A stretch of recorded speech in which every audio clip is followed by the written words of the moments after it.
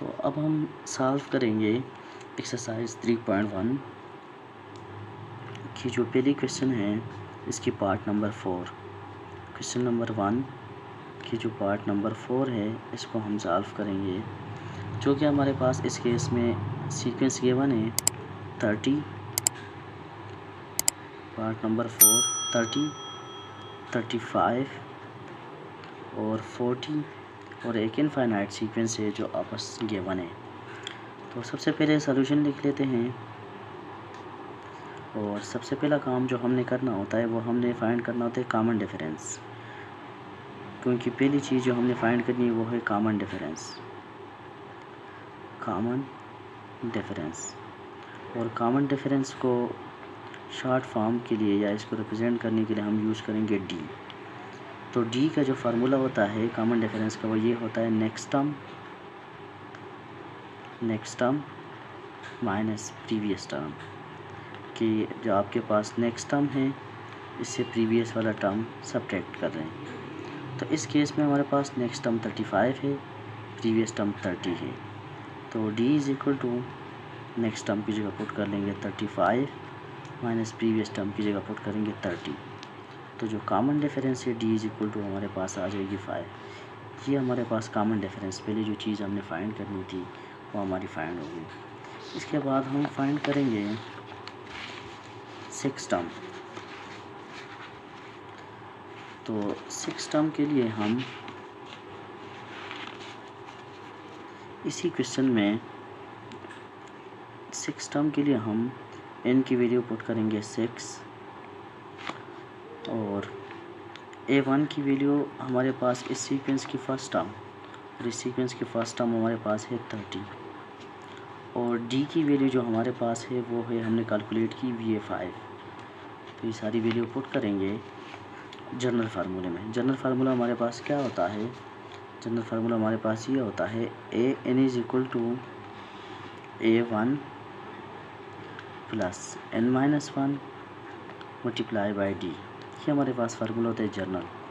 तो 6 टर्म के लिए इसमें n को 6 पुट करेंगे, तो a6 is equal to a1 की जगह आ जाएगा 30 प्लस n की जगह आ जाएगा 6 माइनस 1, क्योंकि n की वैल्यू 6 आ जाएगी और -1 अपनी जगह पर आ जाएगा, मल्टीप्लाई बाई डी की वैल्यू आ जाएगी 5।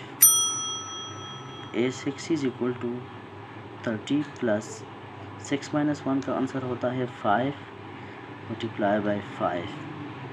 तो ये बन जाएगा a6 is equal to 30 plus 5 5 25 और a6 जो हमारे पास इस सीक्वेंस का 6 टर्म आ जाएगा वो आ जाएगा 30 प्लस 20 50 हो जाता है और साथ में 5 तो 55 हमारे पास इस सीक्वेंस का 6 टर्म आ जाएगा।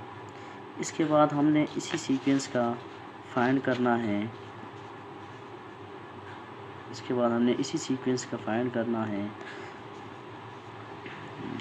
10 टर्म।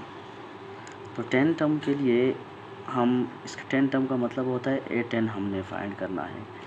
तो a10 के लिए सबसे पहली बात हम n को 10 पुट करेंगे। a1 हमारे पास कहते हैं फर्स्ट टर्म जो कि सीक्वेंस का 30 है, और हमारे पास d जो है वो हमने कैलकुलेट की पहली पार्ट में, जो कि हमारे पास आई हुई है 5। तो d की वैल्यू हमारे पास आ जाएगी 5।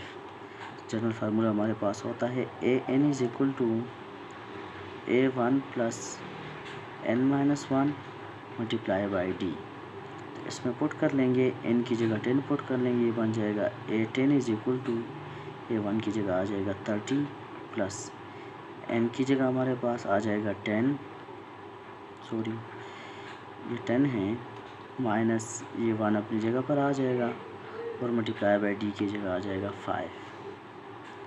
तो a10 is equal to 30 plus 10 minus 1 का मतलब होता है 10 में से 1 निकाले 9 बच जाएगा और साथ में 5 मल्टीप्लाई वैसे ही आ जाएगा। a10 is equal to 30 plus 9 5 45। तो a10 is equal to 30 plus 45 ये बन जाता है 75। तो इस सीक्वेंस का जो 10वां टर्म है वो आपके पास 75 आएगा। और लास्ट में हम इसी सीक्वेंस का फाइंड करेंगे, इसी सीक्वेंस का हम लास्ट में फाइंड करेंगे nth टर्म। तो nth टर्म के लिए हमारे पास ये फार्मूला होता है,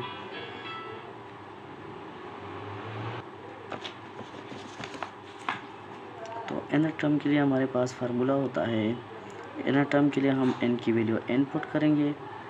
a1 का मतलब पहला टर्म है और इस सीक्वेंस का पहला टर्म है 30, स्टार्टिंग में मैंने शो किया हुआ है।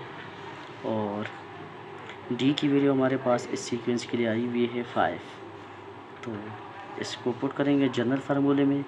जनरल फार्मूला होता है n is equal to a1 plus n-1 multiply by d। तो n की जगह n ही बच जाएगा क्योंकि ये हम nth टर्म फाइंड करेंगे। ये 1 की जगह आ जाएगा 30 प्लस nth टर्म है तो n की वैल्यू n ही रहेगी -1 मल्टीप्लाई बाई d की वैल्यू आ जाएगी 5। इसको मल्टीप्लाई करें, ये बन जाएगा n is equal to 30 plus 5n minus 5। तो ये आपके पास n is equal to 30 minus 5, इसका आंसर आ जाएगा 25 और साथ में 5n बच जाएगा। तो ये आपके पास इस सीक्वेंस का n टर्म आ गया। इसके अलावा इस क्वेश्चन की कंप्लीट सॉल्यूशन मैं शॉर्ट वीडियो में अपलोड कर लेता हूँ, आप वहाँ से भी इसकी सॉल्यूशन देख सकते हैं।